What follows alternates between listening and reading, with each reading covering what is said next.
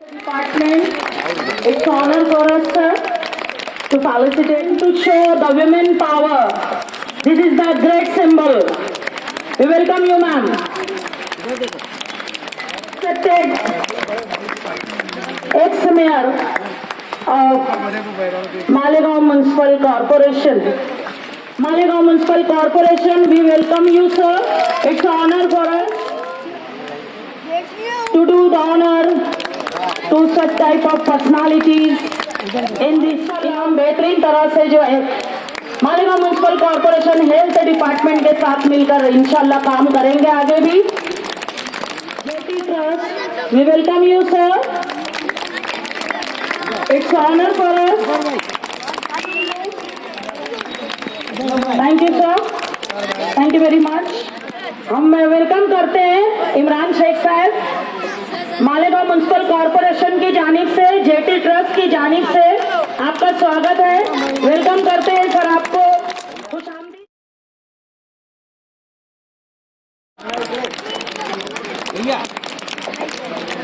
We are with us.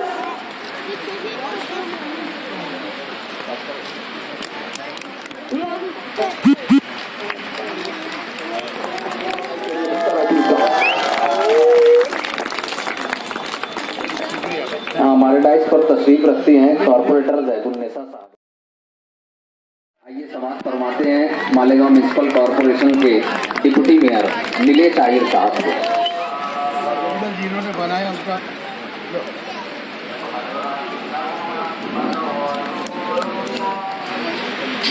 ये hospital जो बना है, हॉस्पिटल मालेगांव शहर में ये 5 साल में मैं समझता हूँ 5-7 हॉस्पिटल बने हैं कॉर्पोरेशन की तरफ से, जिसके फंड महाराष्ट्र गवर्नमेंट ने दी और उसको बनाने के लिए जद्दोजहद करने वाले, मेहनत करके उसका कागज पत्तर चलाने वाले शेख रशीद साहब, जिन्होंने मालेगांव शहर में नदी के उस पार नदी के इस पार हिंदू मुसलमान गरीब अमीर सभी एरियो में ये 5-7 हॉस्पिटल दिए, जिसमें से एक अलहाज हारून अहमद अंसारी साहब के नाम से ये हॉस्पिटल तामीर हुआ। ये 30 बेड का हॉस्पिटल है और हॉस्पिटल जब इसका सेक्रेटरी साहब मेयर बने तो देखे कि ये हॉस्पिटल का फंड 5 करोड़ रुपया है, लेकिन वो गवर्नमेंट से आया नहीं है। इन्होंने बहुत जद्दोजहद करके ये 5 करोड़ रुपया फंड अपने मेयरशिप के टाइम में मंगवाया और उसका टेंडर निकलवाया और टेंडर निकालने के बाद 2 साल की उसको ठेकेदार को मुद्दत भी दी थी कि हॉस्पिटल बनाए। वो हॉस्पिटल 2 साल में बन गया। उसके बाद आप लोग के घर बच्चा पैदा होता होगा, बच्चा पैदा हुआ होगा तो बच्चे का जब नाम रखा जाता है, नाम रखने की बात आती है तो आप लोग मौलाना या कोई बुजुर्ग हो, कोई पंडित के पास जाके उसके नाम का पूछते हैं कि भाई क्या नाम रखना चाहिए, कौन सा नाम अच्छा रहेगा। इसलिए कि नाम की भी तासीर होती है। अगर नाम अच्छा है तो इंशाल्लाह उसकी तासीर भी अच्छी रहेगी और उसका काम भी अच्छा रहेगा। शेख रशीद साहब ने बहुत सोच समझ के अलहाज हारून अहमद अंसारी साहब का नाम इसमें महासभा में मंजूर करवाया और ये हॉस्पिटल का नाम रखवाया। और माशाल्लाह मैं इसलिए बता रहा हूँ कि नाम कुछ तासीर रहती हो तो आप सभी लोगों को मालूम है। बहरहाल यह हॉस्पिटल बनाने का शेख रशीद साहब ने निर्णय लिया, बेड़ा उठाया, हॉस्पिटल बन गया। हॉस्पिटल को नाम हारून अहमद अंसारी साहब रखा गया। उसके बाद यहाँ गैस प्लांट या और सुविधा का कोई प्रोग्राम नहीं था, लेकिन मैं समझता हूँ कि नाम के असरात थे कि यहाँ पर कमिश्नर साहब मुझे पीछे बता रहे थे कि 1600 गैस सिलेंडर रोज यहाँ पे तैयार होगा, ऑक्सीजन गैस सिलेंडर जो दवाखानों में ऑक्सीजन लगती है वो सिलेंडर एक दिन में 1600 तैयार होगा।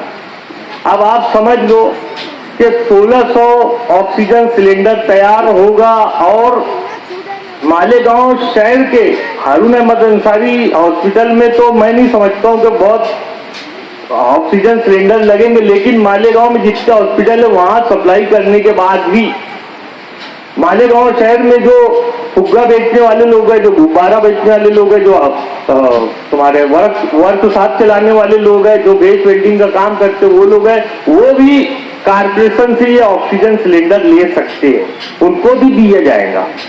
तो इतना बड़ा प्लांट यहाँ पर लग रहा है।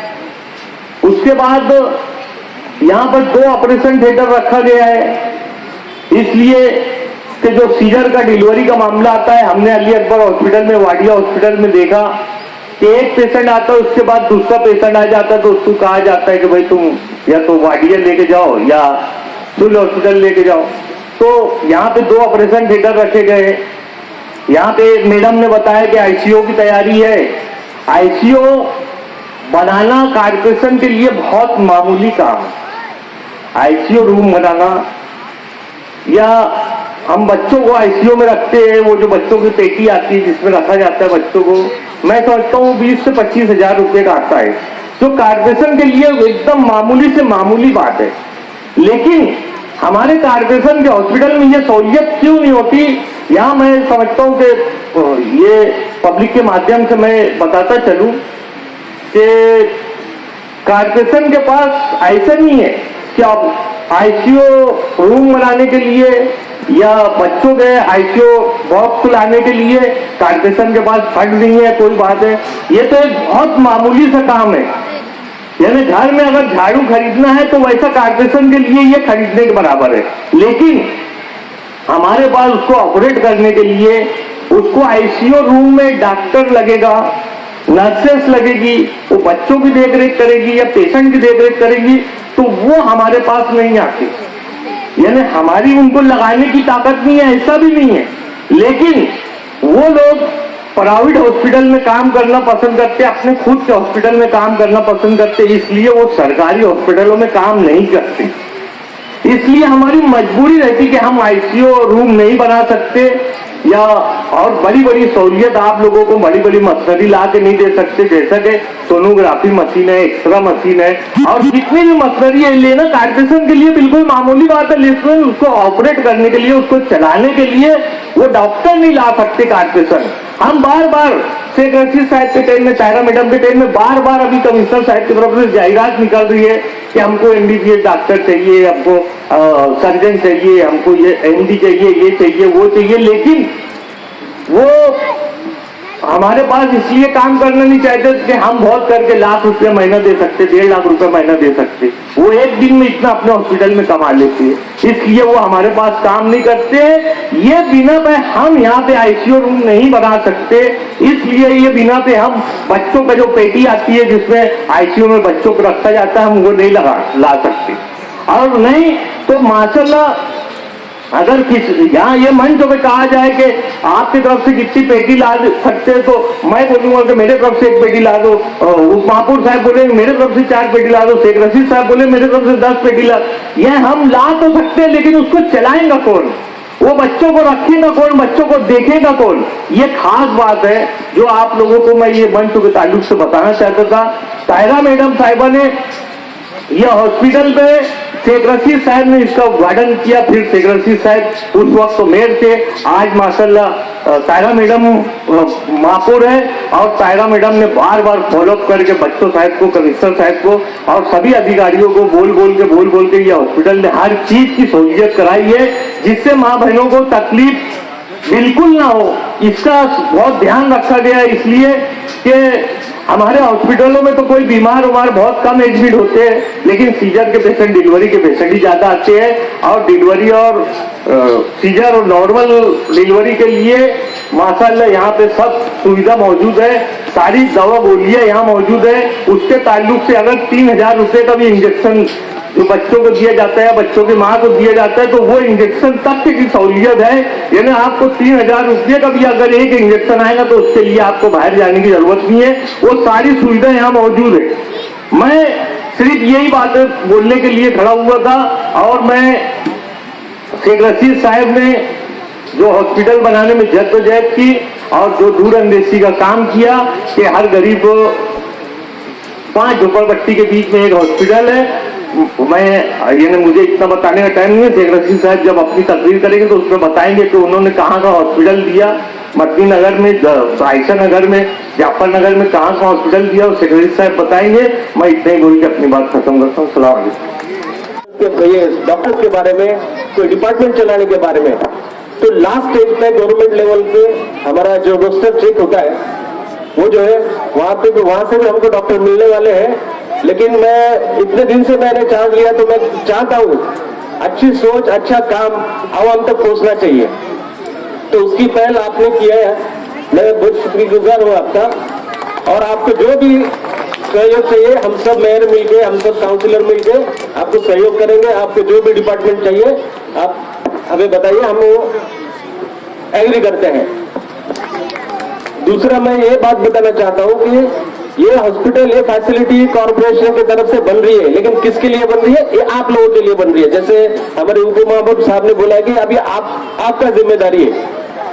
अली अकबर हॉस्पिटल में देखा कि बहुत सारे कॉर्पोरेटर जाते हैं, बोलते हैं जिसको सलाइन की जरूरत नहीं है, या कोई लीडर जाते हैं, ये टैबलेट दो, वो दवाई दो। मेरी रिक्वेस्ट है हाथ जोड़ के ये मत करो, उनको उनका काम करने दो।